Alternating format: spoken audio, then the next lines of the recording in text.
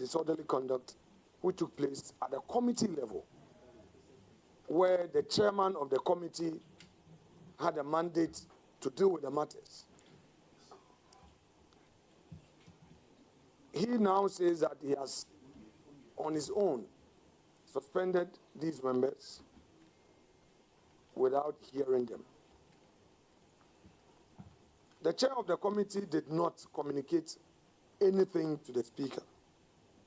Neither did the speaker invite any of us in leadership for any discussion. In any event, even where there is punishment, our rules are clear. It can be for 4 days, 8 days, or 12 days according to Order 130. Can a judge shoot a thief on the streets merely because it is his view that the person has stolen without taking him through the process of evidence gathering? What becomes of the old saying that if all men find a man's hand in a till, his guilt must be proven? We are aware that the NDC majority itself has disrespected or disregarded Mr. Speaker's orders.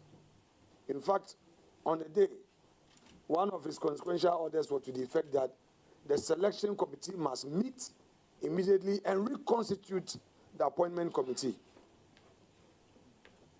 The NDC majority caucus decided to proceed with the vetting without any due regard. Well, on our part, we believe that though we disagree with Mr. Speaker, out of deference to him, we must still engage him. And we would engage him. In fact, we started this engagement over the weekend. The majority leader and my good self had extensive discussions. He elected to reach out to Mr. Speaker and get back to me. I tried to reach out to Mr. Speaker. I wasn't successful. Throughout the weekend, the majority leader and I were in touch, and the feedback from him was that he hadn't been successful in getting to Speaker. Today is Monday. We believe that Mr. Speaker would be in the office. We believe that we'll be able to see him and take our discussions further. Meanwhile, as a responsible caucus, we are going to ferry our concerns in a memo to his office. And we believe that that would even form the basis for the discussion. We don't know how to treat Mr. Speaker's communication, whether it's a ruling or communication properly so-called, because there is a provision in the orders where if there is a motion or a matter comes to the fore, Mr. Speaker would rule on the matter, and if there's a ruling, then you would have to rely on the rules to also challenge his ruling by filing a motion. That's what the rule says. But this is similar to the matter of Dr. Atuforsen on the vacant seats, where he relied on our orders to say he was raising a matter of national interest. I'm sure you may recall that when the matter went to the Supreme Court and all, Mr. Speaker said, oh, he only delivered a communication. He shared an opinion with us. So we are also careful in how to approach it. We want to be sure exactly what Mr. Speaker meant. But in substance, he's taking actions that have affected the rights of our colleagues in Parliament. And we believe that the right thing to do is to grant these affected members hearing. We have also taken the matter up. We have escalated the matter to our party level. MPP Minority Caucus is a wing of the MPP in Parliament. So we have also communicated this matter to party headquarters.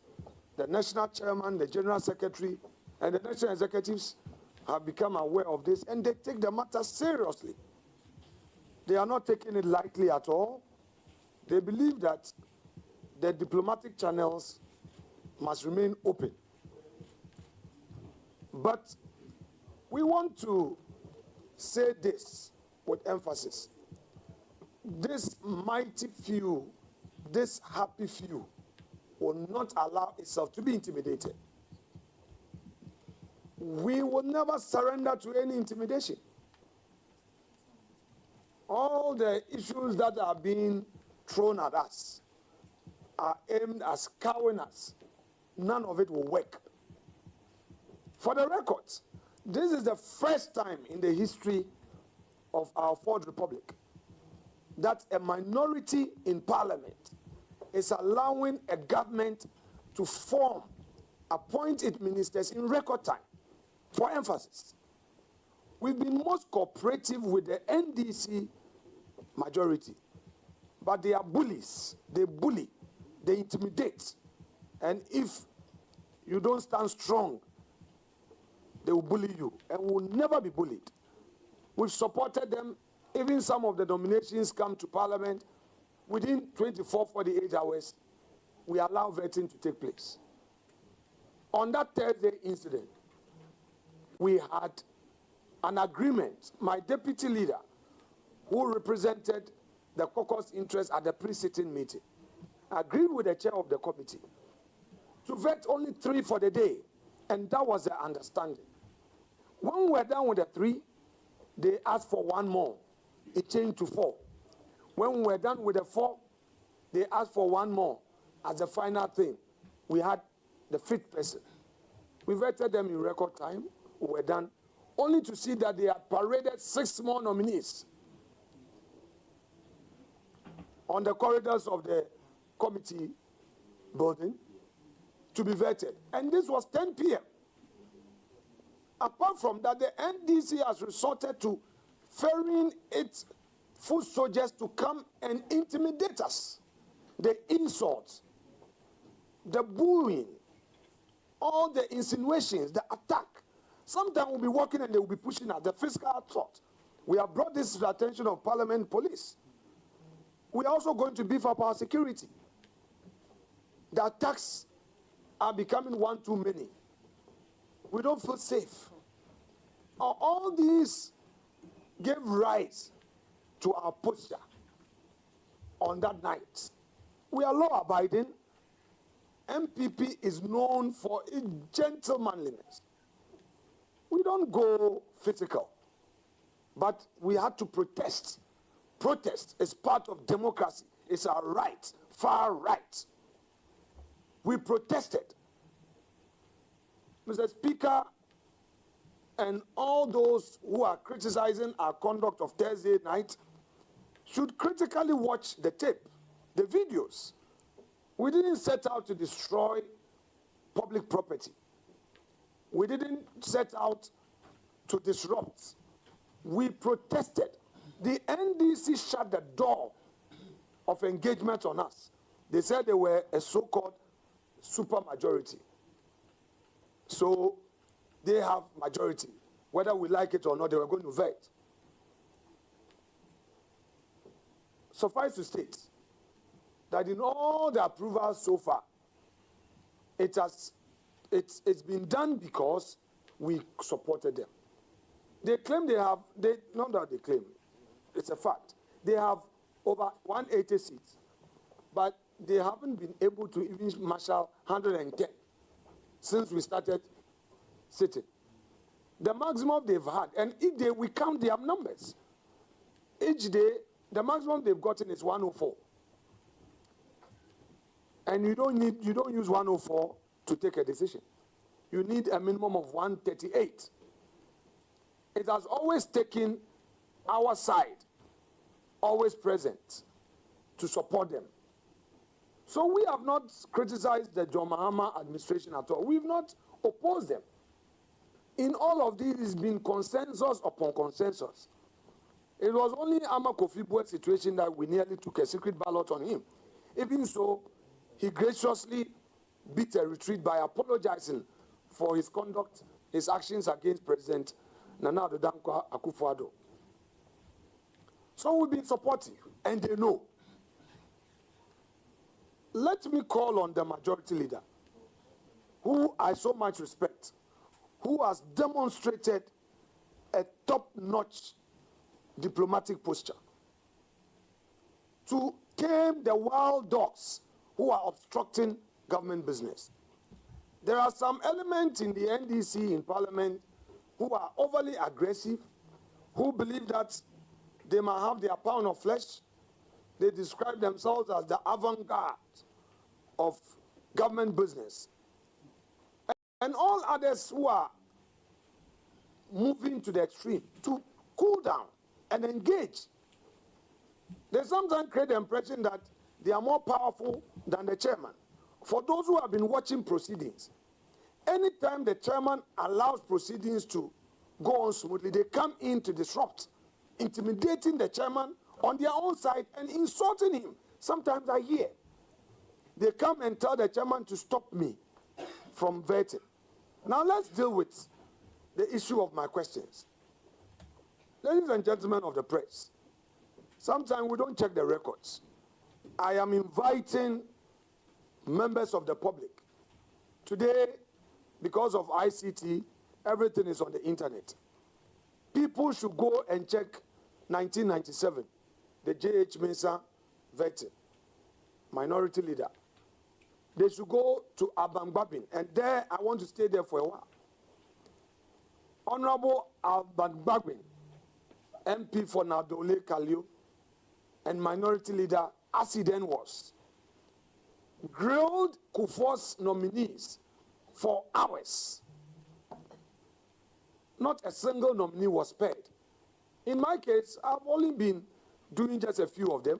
It's not every vetting that I participate. Sometimes I sit in my office and watch.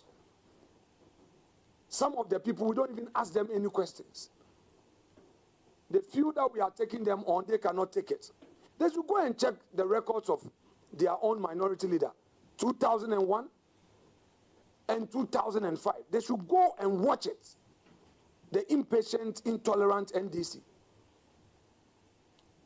They will never tolerate the things they do to people. They can't even stand a minute of those. And then they should also go and check the vetting of Harun Idrisu and Muntaka. These were two strong men who tackled our nominees. They should go and watch. They spent hours. Harun Idrisu spent hours on our nominees.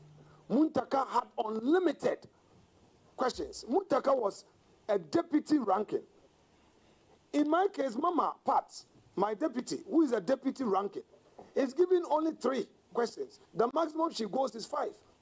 I invite the NDC aggressors, the intolerant foot soldiers, the intolerant extremists of the NDC who are attacking me and attacking our caucus, to go and check Muntaka Mubarak, who was even a deputy ranking. The unlimited number of questions that he had, showing videos and all. Their own darling boy Ablakwa, the unlimited opportunity he had, scrutinizing CVs. Today, when his CV is being scrutinized, he says he's a tenant. 15,000 Ghana cedis is all he did. No. Please, colleagues, wait. 15,000 cedis is what he disclosed as his regular income. And he said to the whole public that all he earns is what he gets from Parliament, 15,000 Ghana cedis. He doesn't do any other work. Yet he's able to afford airport hills for 8 years. Every month he pays. I leave it to the jury out there. To conclude, I want to zero in on the clerk to the committee. Some people are asking us why our pronouncement on the clerk to the committee. The clerk to the committee is a partisan clerk. She is not a neutral professional clerk. She's caused us a lot of discomfort. We've tolerated, accommodated her. At this point, it's getting out of hand. She advertises at midnight. As a minority leader, I am to know those to be vetted the next day ahead of time. He doesn't share that with us. A lot of times I had to manage the pain, the frustration of my members and take responsibility. Committee reports. So far, I've accommodated this. All the reports we've been debating, not a single one of them was brought to me to have a look. The practice has always been that because it is majority and minority, yes, some people are saying, wow, because we accommodate, we are very tolerant. So we don't talk about some of these things. But today, for the public to appreciate why we had to go that way, I'm explaining.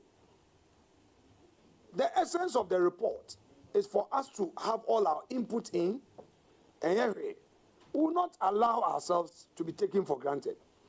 A clerk to committee must be professional, must be neutral. She cannot be an armchair committee clerk and claim that she's been sending people. When she knows that whenever a report is ready, she must personally hand it over to the majority leader and the minority leader. Look at it. The practice has always been that committee report must be shared by the ranking and the chair so that we all make our input. She doesn't do any of that. We've reported it to the clerk, and we hope that the clerk, after engagement, will come back to us. For now, we don't want the clerk on the appointment committee again. We, the minority, are calling on her, on the clerk to Parliament, to remove her from the appointment committee unless she's ready to turn a new leaf, to be a professional and engage us. To make matters worse, she's taken to insinuating against us on social media, particularly using her WhatsApp status. We've seen all of that. We've printed it. If she, as a clerk, wants to be an NDC activist, we expect her to resign and fully participate in the NDC politics and not to pretend that she's a parliamentary service staff and work against us. I've been a majority leader before.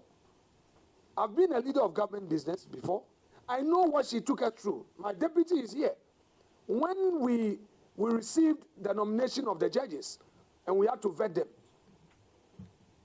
deputy leader, who was then the acting chair, got the report ready and signed it. This woman says she will never sign unless and until Dr. Atuforsen has given her the go-ahead. That is what happened. She said she was waiting for the input of Dr. Forsen. I called her severally to my office. She would gently, courteously tell me, the leader, try and talk to Dr. Atuforsen before. And Atu was out of the country. For her to even advertise for the Supreme Court nominees to be vetted, she needed the consent of the minority. What has changed? What has changed? Indeed, we are going through difficult moments, but we'll never be intimidated. A luta continua. A luta continua. We will not allow ourselves to be cowed. I repeat, the mighty few, the happy few. We are going to stand our grounds and ensure that the right thing is done, all in the national interest. We are not going to fight anybody. We are not going to disrupt and obstruct government business. So far, we have been the most cooperative in the chamber, and the NDC should applaud us for supporting them. We rest our case. Thank you very much. We are the new patriotic party. We are the new patriotic party. The elephant is away the same boat. We shall wait to save Ghana. The elephant is away the same boat. We shall wait to save Ghana. We shall wait. shall wait to save Ghana, to save Ghana. We shall wait to save Ghana. The elephants are waiting symbol. We shall wait to save Ghana. Oh, the elephants are waiting symbol. We shall wait to save Ghana. Yenna Ras,